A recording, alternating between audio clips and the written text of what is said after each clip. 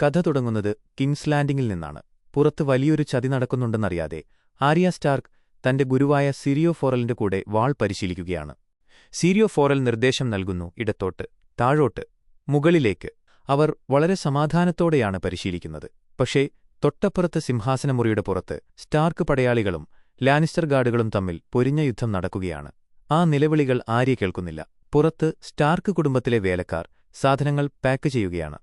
ഒരു വേലക്കാരൻ പറയുന്നു: എന്തെങ്കിലും പൊട്ടിയാൽ ആ സെപ്റ്റ എന്റെ തലയെടുക്കും. ആ വാചകം മുഴുമിപ്പിക്കുന്നതിനു മുൻപ് ലാനിസ്റ്റർ പടയാളികൾ വന്ന് അവരെ വെട്ടിവീഴ്ത്തുന്നു. നിമിഷനേരം കൊണ്ട് അവിടെ ചോരപ്പുഴ ഒഴുകുന്നു. അതേസമയം സൻസ സെപ്റ്റ മോർഡേനിന്റെ കൂടെ നടന്നുവരികയാണ്. സെപ്റ്റ മോർഡൻ ദേഷ്യത്തോടെ പറഞ്ഞു: ഇന്ന് പോകേണ്ടതാണെന്ന് ആര്യയ്ക്കറിയില്ലേ? അവൾക്കെങ്ങനെ മറക്കാൻ കഴിഞ്ഞു? സൻസ സ്റ്റാർക്ക് പറഞ്ഞു: അവൾ മറന്നതല്ല, അവൾ അവളുടെ ഡാൻസ് മാസ്റ്ററുടെ കൂടെയാണ്. എന്നും അവൾ തിരിച്ചുവരുന്നത് ദേഹം മുഴുവൻ മുറിവുകളുമായാണ്. അവൾ ഒരു മണ്ടിയാണ്. പെട്ടെന്ന് ഇടനാഴിയിൽ വലിയ ബഹളം കേൾക്കുന്നു. പടയാളികൾ ഓടിവരുന്നു. സെപ്റ്റ മോർഡാന് അപകടം മണത്തു. അവർ സാൻസയോട് പറഞ്ഞു: മിണ്ടരുത്, വേഗം നിന്റെ മുറിയിലേക്ക് ഓടിപ്പോകൂ. വാതിലടച്ച് കുറ്റിയിടൂ. അറിയാത്ത ആർക്കും വാതിൽ തുറന്നുകൊടുക്കരുത്. സൻസ ഭയത്തോടെ ചോദിച്ചു: എന്താണ് സംഭവിക്കുന്നത്? സെപ്റ്റ മോർഡേൻ പറഞ്ഞു: ഞാൻ പറഞ്ഞത് കേൾക്ക്, ഓടിക്കോ. സാൻസ ഭയന്ന് മുറിയിലേക്ക് ഓടുന്നു. സെപ്റ്റ അവിടെ നിന്ന് ലാനിസ്റ്റർ പടയാളികളെ തടയാൻ നിൽക്കുന്നു. തിരിച്ച് ആര്യയുടെ അടുത്തേക്ക്. സിരിയോ ഫോറൽ പറഞ്ഞു: ഇനി ഇങ്ങോട്ട്, ഇടത്ത്, വലത്ത്. ഇപ്പോൾ നീ മരിച്ചു. ആര്യ സ്റ്റാർക്ക് പരാതി പറഞ്ഞു: നിങ്ങൾ വലത്തോട്ടെന്ന് പറഞ്ഞിട്ട് ഇടത്തോട്ടാണല്ലോ വന്നത്. സിരിയോ ഫോറൽ പറഞ്ഞു: അതുകൊണ്ട് ഇപ്പോൾ നീ മരിച്ചു കഴിഞ്ഞു. ആര്യ പറഞ്ഞു: നിങ്ങൾ കള്ളം പറഞ്ഞതുകൊണ്ടല്ലേ? സിരിയോ ഫോറൽ ഒരു വലിയ പാഠം അവിടെ പഠിപ്പിക്കുന്നു: എന്റെ നാവ് കള്ളം പറഞ്ഞു, പക്ഷേ എന്റെ കണ്ണുകൾ സത്യം വിളിച്ചു പറയുന്നുണ്ടായിരുന്നു. നീ അത് കണ്ടില്ല. ആര്യ തർക്കിച്ചു: ഞാൻ കണ്ടു, ഞാൻ നോക്കുന്നുണ്ടായിരുന്നു. സിരിയോ ഫോറൽ പറഞ്ഞു: നോക്കിയാൽ മാത്രം പോരാ, കാണണം. അതാണ് വാൾപയറ്റിന്റെ ഹൃദയം. പെട്ടെന്ന് വാതിൽ തുറന്ന് കിങ്സ് ഗാർഡായ മെറിൻ ട്രാൻഡും മറ്റ് 4 ലാനിസ്റ്റർ പടയാളികളും അവിടേക്ക് കടന്നുവരുന്നു. മെറിൻ ട്രാൻഡ് പറഞ്ഞു: ആര്യ സ്റ്റാർക്ക്, ഞങ്ങളുടെ കൂടെ വരൂ. നിന്റെ അച്ഛന് നിന്നെ കാണണം. സിരിയോ ഫോറലിന്റെ കണ്ണുകൾക്ക് സത്യം കാണാൻ കഴിഞ്ഞു. അദ്ദേഹം ചോദിച്ചു: സ്വന്തം അച്ഛൻ മകളെ വിളിക്കാൻ എന്തിനാണ് ലാനിസ്റ്റർ പടയാളികളെ അയക്കുന്നത്? എനിക്ക് അത്ഭുതം തോന്നുന്നു. മെറിൻ ട്രാൻഡ് ഭീഷണിപ്പെടുത്തി: അതൊന്നും നിനക്കറിയേണ്ട കാര്യമില്ല. ആര്യ പറഞ്ഞു: എന്റെ അച്ഛൻ നിങ്ങളെ അയക്കില്ല. അവൾ നിലത്തുനിന്ന് തന്റെ മരവാളെടുത്തു. ആര്യ തുടർന്നു: എനിക്ക് വരാൻ താൽപ്പര്യമില്ലെങ്കിൽ ഞാൻ വരില്ല. മെറിൻ ട്രാൻഡ് പടയാളികളോട് ആജ്ഞാപിച്ചു: അവളെ പിടിക്കൂ. സിരിയോ ഫോറൽ ശാന്തനായി ചോദിച്ചു: നിങ്ങൾ ആണുങ്ങളാണോ, അതോ ഒരു കൊച്ചുകുട്ടിയെ ഭീഷണിപ്പെടുത്തുന്ന പാമ്പുകളോ? പടയാളി പറഞ്ഞു: വഴിയിൽ നിന്ന് മാറ്. സിരിയോ ഫോറൽ അഭിമാനത്തോടെ പറഞ്ഞു: ഞാൻ സിരിയോ ഫോറലാണ്. പടയാളി വിളിച്ചു: വിദേശി തെണ്ടി, വഴിയിൽ നിന്ന് മാറ്. അവൻ വാളെടുത്ത് വെട്ടാൻ വന്നു. ഇമവെട്ടുന്ന വേഗത്തിൽ സിരിയോ തന്റെ മരവാൾ കൊണ്ട് അവന്റെ തലക്കടിച്ചു. അവൻ ബോധം കെട്ടുവീണു. സിരിയോ ഫോറൽ പറഞ്ഞു: എന്നോട് കുറച്ചുകൂടി ബഹുമാനത്തോടെ സംസാരിക്കണം. മെറിൻ ട്രാൻഡ് ദേഷ്യത്തോടെ പറഞ്ഞു: ആ ബ്രാവോസുകാരനെ കൊല്ലൂ, പെൺകുട്ടിയെ പിടിക്കൂ. സിരിയോ ഫോറൽ ആര്യയെ നോക്കി പറഞ്ഞു: ആര്യക്കുട്ടി, ഇന്നത്തെ ഡാൻസ് പരിശീലനം കഴിഞ്ഞു. അച്ഛന്റെ അടുത്തേക്ക് ഓടിക്കോ. തുടർന്ന് നടക്കുന്നത് അവിശ്വസനീയമായ ഒരു പോരാട്ടമാണ്.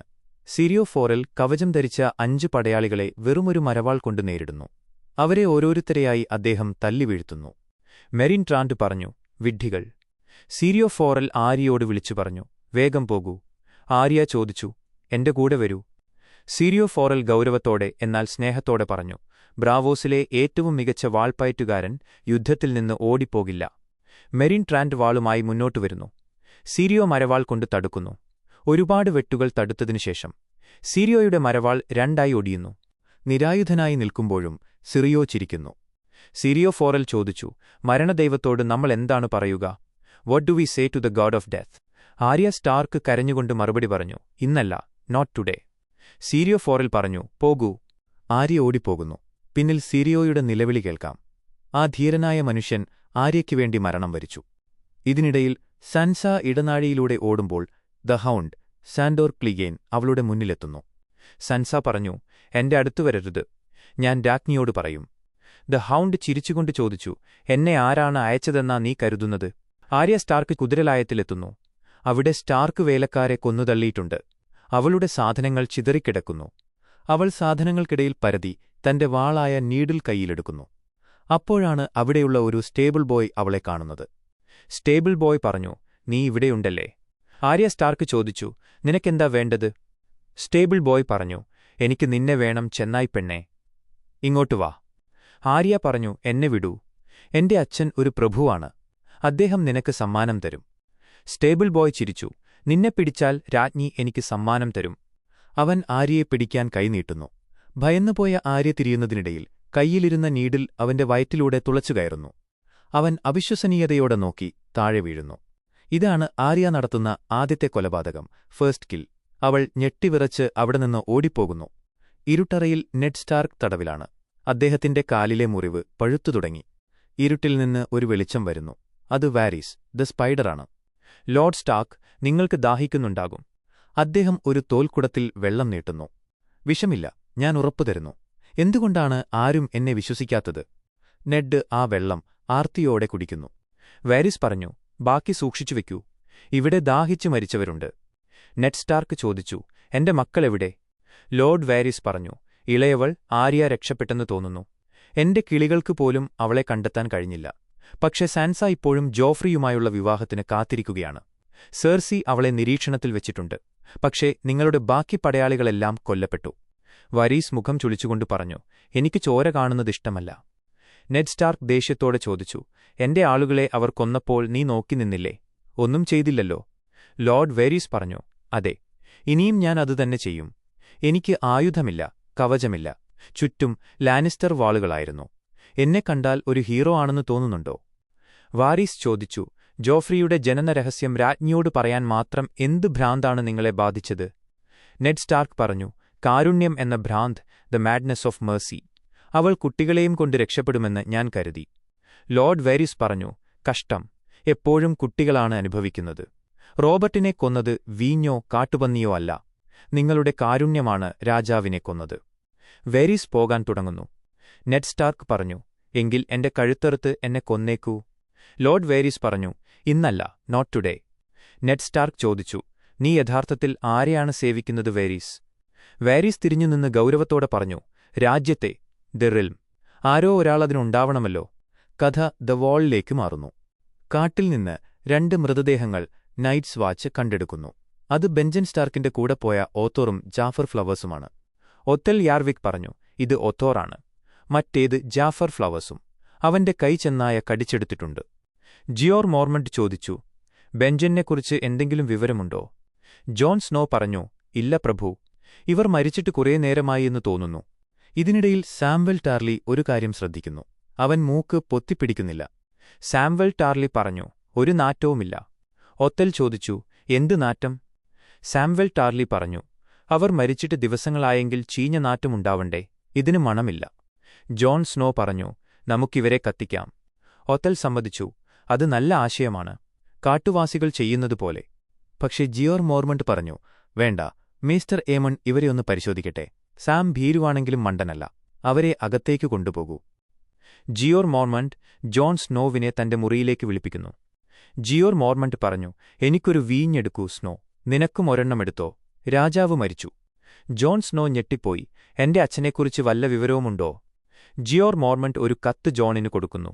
ലോർഡ് സ്റ്റാർക്കിനെ രാജദ്രോഹത്തിന് അറസ്റ്റ് ചെയ്തിരിക്കുന്നു. ജോഫ്രിക്ക് അധികാരം കിട്ടാതിരിക്കാൻ അദ്ദേഹം ഗൂഢാലോചന നടത്തി എന്നാണ് പറയുന്നത്.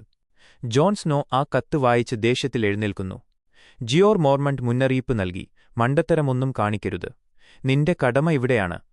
ജോൺ സ്നോ പറഞ്ഞു, എന്റെ അനിയത്തിമാരും അവിടെ ഉണ്ടായിരുന്നു. ജോൺ ദേഷ്യത്തിൽ പുറത്തിറങ്ങുന്നു. അടുക്കളയിൽ വെച്ച് സർ അലിസർ തോൺ ജോണിനെ പ്രകോപിപ്പിക്കുന്നു. സർ അലിസർ പറഞ്ഞു, ഇതൊരു അപൂർവ കാഴ്ചയാണല്ലോ. ഒരു ബാസ്റ്റാർഡ് മാത്രമല്ല, ഒരു രാജ്യദ്രോഹിയുടെ ബാസ്റ്റാർഡ് കൂടിയാണല്ലോ ഇവൻ. ജോൺ സ്നോ ദേഷ്യം നിയന്ത്രിക്കാനാവാതെ കൈയിലുണ്ടായിരുന്ന കത്തിയെടുത്ത് അലിസറിനെ കുത്താനോടുന്നു. സാമും മറ്റു കൂട്ടുകാരും ചേർന്ന് അവനെ പിടിച്ചുമാറ്റുന്നു. ജിയോർ മോർമണ്ട് ഇത് കാണുന്നു. അദ്ദേഹം ജോണിനോട് പറഞ്ഞു, മണ്ടത്തരം ചെയ്യരുതെന്ന് ഞാൻ പറഞ്ഞതല്ലേ, പോയി മുറിയിലിരിക്കെ. കിങ്സ് ലാൻഡിംഗിൽ സെർസി, പൈസൽ, വേരീസ്, ലിറ്റിൽ ഫിംഗർ എന്നിവർ സൻസ സ്റ്റാർക്കിനെ ചോദ്യം ചെയ്യുകയാണ്. വാരീസ് പറഞ്ഞു, നിന്റെ അച്ഛൻ ഒരു വഞ്ചകനാണെന്ന് തെളിഞ്ഞിരിക്കുന്നു കുട്ടി. സാൻസ സ്റ്റാർക്ക് കരഞ്ഞുകൊണ്ട് പറഞ്ഞു, അദ്ദേഹം അത് ചെയ്യില്ല. അദ്ദേഹത്തിന് രാജാവിനെ ഇഷ്ടമായിരുന്നു. എന്തെങ്കിലും തെറ്റുപറ്റിയതാകും. സെർസി ലാനിസ്റ്റർ സ്നേഹം നടിച്ചു പറഞ്ഞു, സൻസ, നീ തെറ്റുകാരിയല്ലെന്ന് ഞങ്ങൾക്കറിയാം. പക്ഷേ നീ ഒരു വഞ്ചകന്റെ മകളാണ്. എന്റെ മകനെക്കൊണ്ട് നിന്നെ എങ്ങനെ വിവാഹം കഴിപ്പിക്കും? പൈസൽ പറഞ്ഞു, വഞ്ചകന്റെ വിത്ത് രാജാവിന് ചേർന്നതല്ല. സൻസ സ്റ്റാർക്ക് പറഞ്ഞു, ഇല്ല, ഞാൻ അവന് നല്ലൊരു ഭാര്യയായിരിക്കും. ഞാൻ നിങ്ങളെപ്പോലെ ഒരു രാജ്ഞിയാകും. ലിറ്റിൽ ഫിംഗർ ഇടപെട്ടു, ഈ കുട്ടിക്ക് അവളുടെ കൂറു തെളിയിക്കാൻ ഒരു അവസരം കൊടുത്തുകൂടെ? സെർസി സമ്മതിക്കുന്നു, ശരി, നീ നിന്റെ അമ്മയ്ക്കും ചേട്ടൻ റോബിനും ഓരോ കത്തെഴുതണം. അച്ഛൻ ചെയ്ത തെറ്റുകൾ അവർ അറിയണം. റോബ് ഉടനെ ഇവിടെ വന്ന് ജോഫ്രിയോട് കൂറു പ്രഖ്യാപിക്കണം. സാൻസ ചോദിച്ചു, എനിക്ക് അച്ഛനെ ഒന്ന് കാണാൻ പറ്റുമോ? സെർസി നിരാശ നടിച്ചു, ഒരു വഞ്ചകനെ കാണാൻ നിനക്ക് ആഗ്രഹമുണ്ടോ? കഷ്ടം.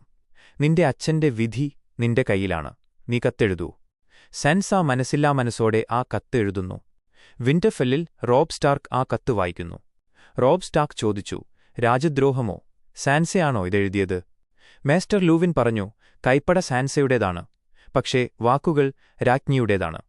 റോബ് സ്റ്റാർക്ക് ദേഷ്യത്തോടെ പറഞ്ഞു, ജോഫ്രി എന്റെ അച്ഛനെ ജയിലിലിട്ടു, എന്നിട്ട് ഇപ്പോൾ ഞാൻ പോയി അവന്റെ കാല് നക്കണമെന്നാണോ? മാസ്റ്റർ ലൂവിൻ പറഞ്ഞു, ഇതൊരു രാജകൽപ്പനയാണ്. അനുസരിച്ചില്ലെങ്കിൽ? റോബ് സ്റ്റാർക്ക് ഉറച്ച ശബ്ദത്തിൽ പറഞ്ഞു, ഞാൻ അനുസരിക്കില്ല എന്നല്ല പറഞ്ഞത്. അവൻ എന്നെ വിളിച്ചതല്ലേ? ഞാൻ പോകും, പക്ഷേ തനിയല്ല. എല്ലാ ബാനർമാരെയും വിളിക്കൂ. Call the banners. ലൂവിൻ ചോദിച്ചു, എല്ലാവരെയും വിളിക്കണോ? റോബ് സ്റ്റാർക്ക്, അവരെല്ലാം എന്റെ അച്ഛനെ സംരക്ഷിക്കാമെന്ന് സത്യം ചെയ്തവരല്ലേ? നോക്കാം അവരുടെ വാക്കിന് എന്ത് വിലയുണ്ടെന്ന്. റോബ് ഇറങ്ങിപ്പോകുമ്പോൾ തിയോൺ ഗ്രേജോയ് ചോദിച്ചു, നിനക്ക് പേടിയുണ്ടോ? റോബ് സ്റ്റാർക്ക് പറഞ്ഞു, അതെ. തിയോൺ ഗ്രേജോയ് പറഞ്ഞു, നല്ലത്. അപ്പോൾ നീ മണ്ടനല്ലെന്നർത്ഥം. ദ വെയിലിൽ കാറ്റ്ലിൻ സ്റ്റാർക്ക് ആകെ അസ്വസ്ഥയാണ്. സഹോദരി ലൈസ ആരിന്റെ മുറിയിലേക്ക് അവൾ കയറിച്ചെല്ലുന്നു. കാറ്റ്ലിൻ സ്റ്റാർക്ക് ചോദിച്ചു, ഈ കത്ത് വന്നിട്ട് കുറേ നേരമായല്ലോ. നീ എന്താണ് എന്നെ കാണിക്കാതിരുന്നത്? ലൈസ ആരിൻ നിസ്സാരമായി പറഞ്ഞു, അവർ അതെനിക്കാണ് അയച്ചത്, നിനക്കല്ല. കാറ്റ്ലിൻ സ്റ്റാർക്ക് പറഞ്ഞു, എന്റെ ഭർത്താവ് ജയിലിലാണ്. എന്റെ മകൻ യുദ്ധത്തിനൊരുങ്ങുകയാണ്. ലൈസ പറഞ്ഞു, യുദ്ധമോ?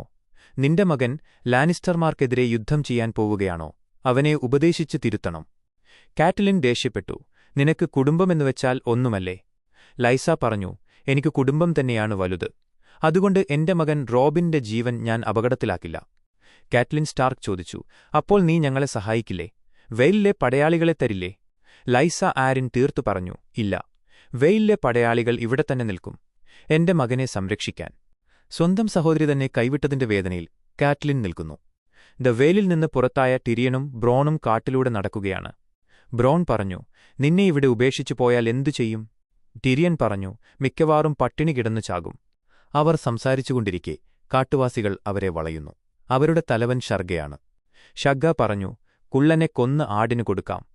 ടിരിയൻ ഭയന്നില്ല. അദ്ദേഹം പറഞ്ഞു, ഞാൻ ടൈവിൻ ലാനിസ്റ്ററിന്റെ മകനാണ്. ഞങ്ങൾ പണക്കാരാണ്. ഷഗ്ഗ പറഞ്ഞു, ഞങ്ങൾക്ക് നിന്റെ വാഗ്ദാനങ്ങൾ വേണ്ട. ടിരിയൻ പറഞ്ഞു, എന്റെ അച്ഛൻ നിങ്ങൾക്കിഷ്ടം പോലെ സ്വർണം തരും, ആയുധങ്ങൾ തരും. ഷഗ്ഗ ചോദിച്ചു, നീ ഞങ്ങളെ കളിപ്പിക്കുകയാണോ? ടിരിയൻ പറഞ്ഞു, അല്ല, ഞാൻ നിങ്ങൾക്ക് സ്വർണമല്ല തരുന്നത്. ഞാൻ നിങ്ങൾക്ക് ദ വെയിൽ ഓഫ് ആരിൻ തരാം. വെയിലിലെ പ്രഭുക്കന്മാർ നിങ്ങളെ എപ്പോഴും തുപ്പുകയാണ് പതിവ്. നമുക്ക് അതൊന്നു മാറ്റാം. ഇത് കേട്ട കാട്ടുവാസികൾ ടിരിയനെ സഹായിക്കാൻ തീരുമാനിക്കുന്നു. അവർ ടിരിയനിന്റെ കൂടെ ടൈവിൻ ലാനിസ്റ്ററിന്റെ ക്യാമ്പിലേക്ക് പോകുന്നു. കഥ കടലിനക്കരെ ലസാർ എന്ന സ്ഥലത്തേക്ക് മാറുന്നു. കാൽ ഡ്രോഗോയും സംഘവും അവിടുത്തെ ഗ്രാമങ്ങൾ ആക്രമിക്കുകയാണ്.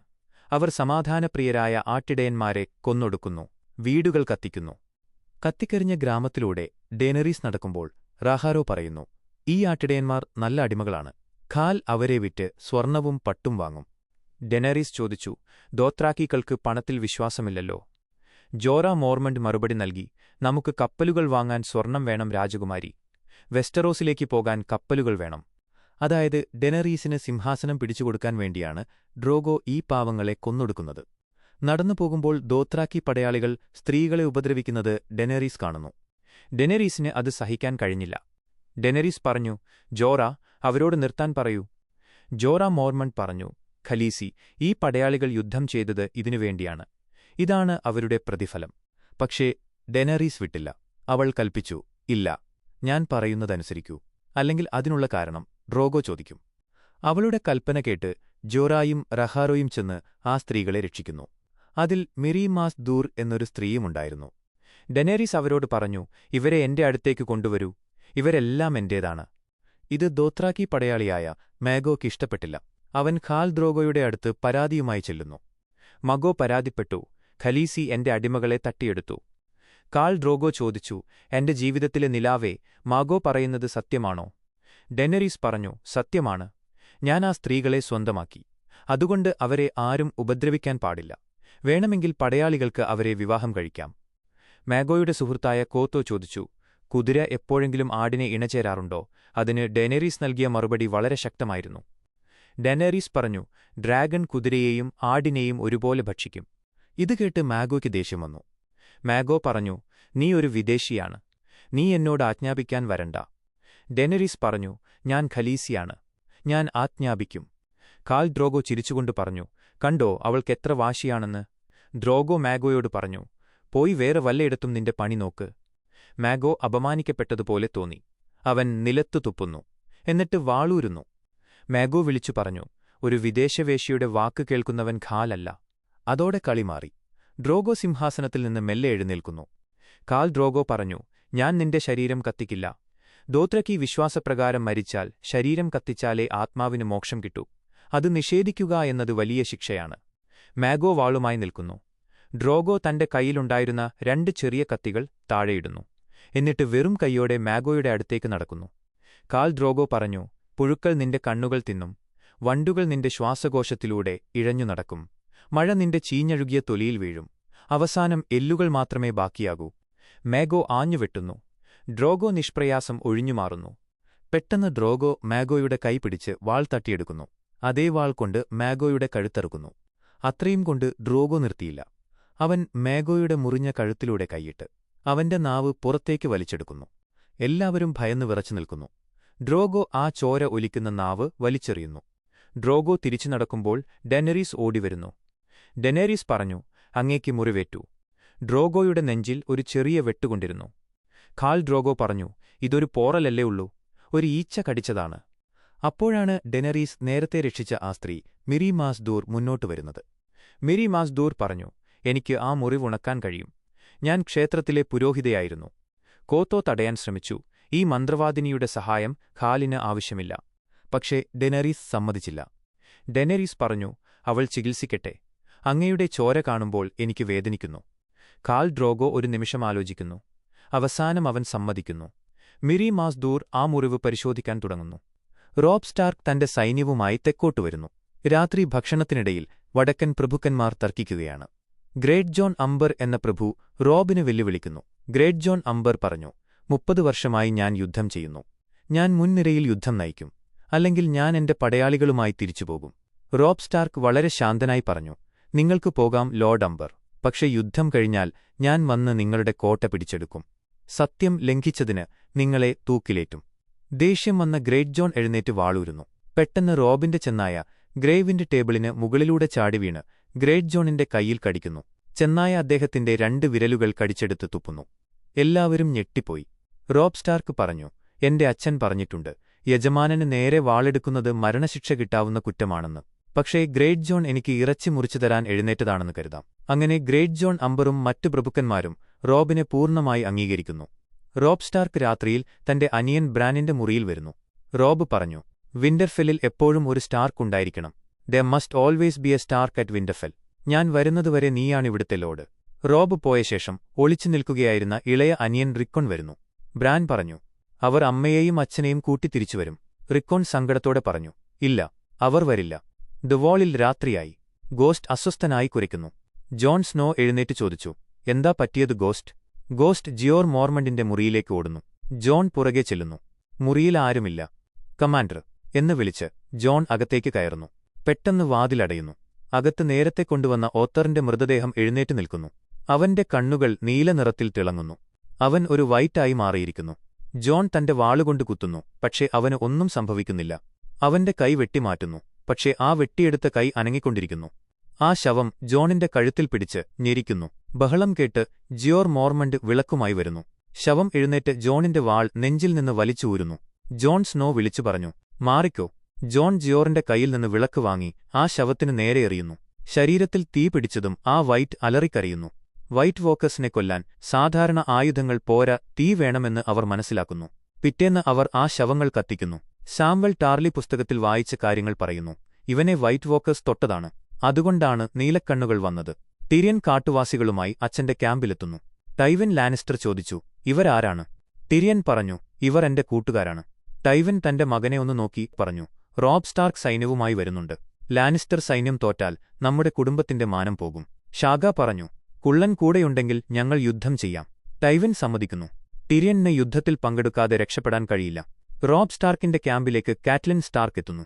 അമ്മയും മകനും കെട്ടിപ്പിടിക്കുന്നു. കാറ്റ്ലിൻ മുന്നറിയിപ്പ് നൽകുന്നു, നീ തോറ്റാൽ നമ്മളെല്ലാവരും മരിക്കും. ലാനിസ്റ്റർമാർക്ക് കരുണയില്ല. പിന്നീട് അവർ ലാനിസ്റ്റർ സ്കൗട്ടിനെ പിടികൂടിയ കാര്യം ചർച്ച ചെയ്യുന്നു. ഗ്രേറ്റ് ജോൺ അംബർ പറഞ്ഞു, അവനെ കൊല്ലാം. റോബ് സ്റ്റാർക്ക് പറഞ്ഞു, വേണ്ട, അവനെ വിട്ടയക്കൂ. എല്ലാവരും ഞെട്ടി. റോബ് ആ സ്കൗട്ടിനോട് പറഞ്ഞു, നീ പോയി ടൈവിൻ ലാനിസ്റ്ററിനോട് പറയൂ, 20,000 പടയാളികളുമായി winter is coming for him. ഇതൊരു വലിയ തന്ത്രമാണ്. റോബിന്റെ കയ്യിൽ അത്രയും പടയാളികളില്ല, അല്ലെങ്കിൽ അവൻ വേറൊരു വഴിയിലൂടെയാണ് പോകുന്നത് എന്ന് ടൈവിനെ തെറ്റിദ്ധരിപ്പിക്കാനാണ് അവൻ ശ്രമിക്കുന്നത്. കഥ കിങ്സ് ലാൻഡിംഗിലെ സിംഹാസനമുറിയിലേക്ക് മാറുന്നു. ജോഫ്രി രാജാവായി ഇരിക്കുന്നു. ടൈവിൻ ലാനിസ്റ്ററിനെ പുതിയ ഹാൻഡ് ഓഫ് ദ കിങ് ആയി പ്രഖ്യാപിക്കുന്നു. പിന്നീട് സേർസി ഒരു ക്രൂരമായ തീരുമാനമെടുക്കുന്നു. വർഷങ്ങളായി രാജാക്കന്മാരെ സേവിച്ച ബൈരിസ്താൻ സെൽമിയെ കിങ്സ്ഗാർഡ് സ്ഥാനത്തുനിന്ന് പുറത്താക്കുന്നു. ബൈരിസ്താൻ സെൽമി പറഞ്ഞു, ഞാനൊരു നൈറ്റാണ്. മരിക്കുന്നതുവരെ സേവിക്കാനാണ് ഞാൻ സത്യം ചെയ്തത്. ജോഫ്രി പറഞ്ഞു, എന്റെ അച്ഛൻ മരിച്ചപ്പോൾ നിങ്ങൾ നോക്കി നിന്നില്ലേ? നിങ്ങൾക്ക് വയസ്സായി. അപമാനിക്കപ്പെട്ട ബാരിസ്താൻ സെൽമി തന്റെ വാളും കവചവും വലിച്ചെറിഞ്ഞ് എനിക്ക് മരിക്കാൻ ഒരിടം കിട്ടുമെന്ന് പറഞ്ഞ് അദ്ദേഹം തലയുയർത്തിയിറങ്ങിപ്പോകുന്നു. അവസാനം സാൻസ സ്റ്റാർക്ക് മുന്നോട്ടു വരുന്നു. അവൾ മുട്ടുകുത്തിനിന്ന് അപേക്ഷിക്കുന്നു. സാൻസ സ്റ്റാർക്ക് പറഞ്ഞു, എന്റെ അച്ഛന് മാപ്പ് കൊടുക്കണം. അദ്ദേഹം സുഖമില്ലാതെ ഇരിക്കുകയായിരുന്നു. മരുന്ന് കഴിച്ചതിന്റെ ക്ഷീണത്തിലായിരുന്നു. അതുകൊണ്ടാണ് അദ്ദേഹം അങ്ങനെയൊക്കെ പറഞ്ഞത്. ജോഫ്രി ചോദിച്ചു, അദ്ദേഹം കുറ്റസമ്മതം നടത്തുമോ? സാൻസ പറഞ്ഞു, അദ്ദേഹം നടത്തും. ജോഫ്രി ഒരു നിമിഷം ആലോചിച്ചു. എന്നിട്ട് പറഞ്ഞു, അദ്ദേഹം കുറ്റസമ്മതം നടത്തി ഞാനാണ് രാജാവെന്ന് അംഗീകരിച്ചാൽ ഞാൻ കരുണ കാണിക്കാം. സാൻസ സന്തോഷിക്കുന്നു. അവൾ വിശ്വസിക്കുന്നത് അച്ഛനെ നാടുകടത്തുക മാത്രമേ ഉള്ളൂ എന്നാണ്. പക്ഷേ ജോഫ്രിയുടെ കണ്ണുകളിലെ ക്രൂരത ആരും കാണുന്നില്ല. എപ്പിസോഡ് അവസാനിക്കുന്നു. ഈ വീഡിയോ നിങ്ങൾക്കിഷ്ടപ്പെട്ടെങ്കിൽ തീർച്ചയായും ലൈക്ക് ചെയ്യുക. ഗെയിം ഓഫ് ത്രോൺസിന്റെ ബാക്കി എപ്പിസോഡുകൾ മിസ്സാവാതിരിക്കാൻ ഇപ്പോൾ തന്നെ ചാനൽ സബ്സ്ക്രൈബ് ചെയ്യുക. Thank you so much.